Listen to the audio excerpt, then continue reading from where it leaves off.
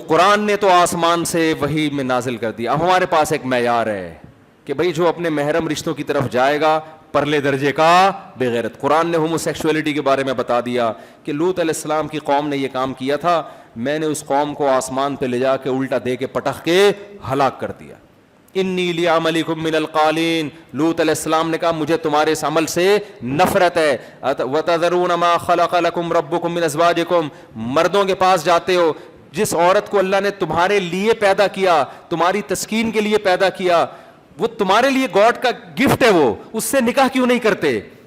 تو قوم جواب میں کہتی تھی ما لنا فی بناتک من حق, ہمیں بدکاریاں کر کر کے اتنی گندی لت پڑ چکی ہے کہ ہمیں عورت سے شادی میں اب دلچسپی نہیں ہے. تو قرآن نے ہمارے سامنے ڈیفائن کر دیا. اب ہماری ریاست میں اگر ہمارے وزراء اور ہمارے اسمبلی کے لوگ اس کی ہمیں اجازت بھی دے دیتے ہیں, ہم کہتے ہیں بھائی ہمارے پاس کس کا قانون ہے؟ خدا پہلے, تم سالے ایک نمبر کے بدماش, تم ہمارے باپ بنے ہوئے ہو, ہمارے خاندان نظام کو تباہ کر رہے ہو, ہم نہیں مانیں گے اس قانون کو. ہمارا آئین بھی نہیں اجازت دیتا ایسے قانون کو ماننے کے. قرآن و سنت, ہمارا آئین کا پہلی شق یہ ہے کہ قرآن و سنت کے خلاف کوئی قانون نہیں بنے گا. تو نہ یہ جو اسمبلی میں قانون پاس ہوا ہے, نہ آئین اس کی اجازت دیتا ہے, نہ ہمارا خدا ہمیں اس کی اجازت دیتا ہے. ہم اس بارے میں کیا ہیں؟ کلیئر ہیں, ہمیں کوئی کنفیوژن نہیں ہے. اگر ہم میں کوئی اس برائی میں مبتلا ہوگا ہم اس کو توبہ کا حکم دیں گے, اس کا بھی ہمارے پاس راستہ اللہ نے رکھا ہوا ہے. اللہ کہتا ہے اگر کوئی اس برائی میں مبتلا ہے اسے سزا دو, بیٹا آرام سے بیٹھ جاؤ, ٹھیک ہے نا, ایسے نہیں کرو, سب آپ کو دیکھ رہے ہیں. تو اللہ کیا کہتا ہے؟ یہ میرا بچہ ہے, یہ بھی میری طرح تقریریں کر رہے, ہاتھ ہلا رہے, اس کے سمجھ میں کچھ بھی نہیں آ رہا. یہ اتنا ہوشیار ہے ماشاءاللہ, وہ ڈاکٹر کے پاس گئے, کتنی عمر ہے اس کی مجھے خود ہی نہیں پتا ہوتا نا, 14.15 بچوں میں کیا پتا چلتا ہے آدمی کو کتنی ایج ہے آپ کی ماشاءاللہ. کل ڈاکٹر کے پاس لے کر گئے, اس کو ڈاکٹر کو کہہ رہا ہے کہ میں طاقت کی دوا کھا رہا ہوں مگر طاقت نہیں آ رہی مجھ میں, طاقت کی دوا کھا رہا ہوں. آج کل کے بچے بڑے ہوشیار ہیں بھائی.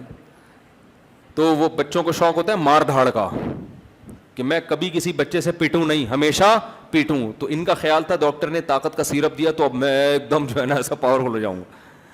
تو کیا بات کر رہا تھا یار, تو میں یہ کر رہا تھا, کیا بات کر رہا تھا میں جی ہاں. تو اس قانون کا لعنت بھیجتے ہیں بھائی, ہماری اسمبلی میں یہ قانون اگر پاس ہو بھی ہے, لعنت بھیجو اس قانون کے اوپر. تو اس قانون کے خلاف آواز اٹھاؤ بھائی, سوشل میڈیا پہ, فیس بک پہ, کیونکہ جب لا پاس ہوتا ہے نا اس سے معاشرے میں تبدیلی, ہم جتنی بھی کوشش کریں اصل تو اوپر سے تبدیلی آتی ہے. اس کے خلاف آواز اٹھاؤ. اگر کوئی اس گناہ میں مبتلا ہے بھی تو قرآن نے اس کا بھی راستہ بتایا ہے کہ وہ توبہ کرے. قرآن کیا کہتا ہے؟ فَإِن تَابَا وَأَصْلَحَا فَأَعْرِضُوا عَنْهُمَا. قرآن کہتا ہے اگر یہ دونوں جنہوں نے برائی کا ارتکاب کیا توبہ کر لیں اور آئندہ کے لیے اصلاح کر لیں تو پھر ان کو تانا مت دو, انگلی بھی نہ اٹھاؤ ان کی طرف کہ یہ ایسا کیا کرتے تھے.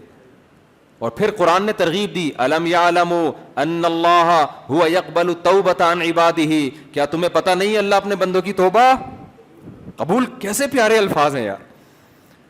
اتنا بڑا جرم قرآن بیان کر رہا ہے کہ میں نے قوم لوط کو اٹھا کے الٹا پٹخ کے ہلاک کر دیا, پھر بھی اگر کوئی اس برائی میں مبتلا ہو کہ آج خیال آیا توبہ کرتا ہوں, تو قرآن کیسی موٹیویشن. الم یعلموا, کیا تمہیں علم نہیں ہے, ان اللہ هو یقبل التوبۃ عن عبادہ, سزا وہ دیتا ہے تو توبہ بھی کون قبول کرتا ہے, اور پھر ایسی قبول کرتا ہے کہ کسی کو پھر اس کو تانا دینے کی بھی اجازت نہیں دیتا.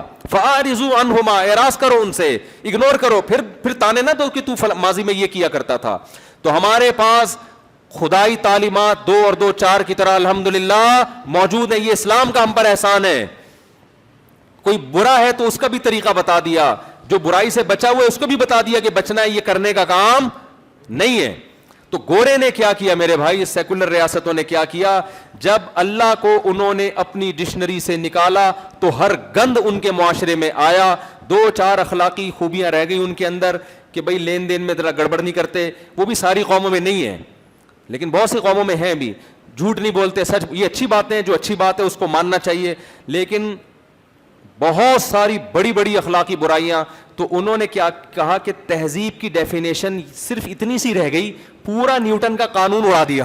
بس سمجھ, تہذیب کی ڈیفینیشن جو لمبی چوڑی تھی نا ساری اڑا کے صرف اتنی سی بات کی بات کرو تو تمیز سے کرو.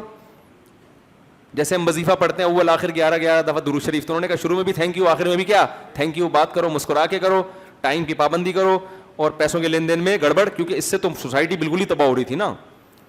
یہ نا, یہ اتنی سی رہ گئی تھوڑی سی. کتنی سی ڈیفینیشن رہ گئی؟ اتنی سی. وہ اتنی سی سے ایک چٹکلا یاد آیا مجھے. ایک امام صاحب نے مسجد میں نماز پڑھائی, آخر میں سجدہ سہو کیا انہوں نے. جب فقہی مسائل معلوم نہیں ہوتے نا تو اجتہاد ہوتا ہے, تو آج کل لوگ مجتہد بن رہے ہیں. سجدہ سہو کیا. مقتدی نے پوچھا امام صاحب کوئی غلطی تو ہمارے سامنے آئی نہیں, تو آپ نے سجدہ سہو کیا کیوں ہے؟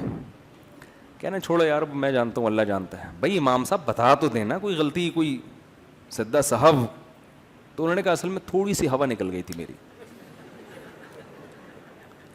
لوگوں نے کہا حضرت اس سے تو وضو ہی ٹوٹ گیا آپ کا.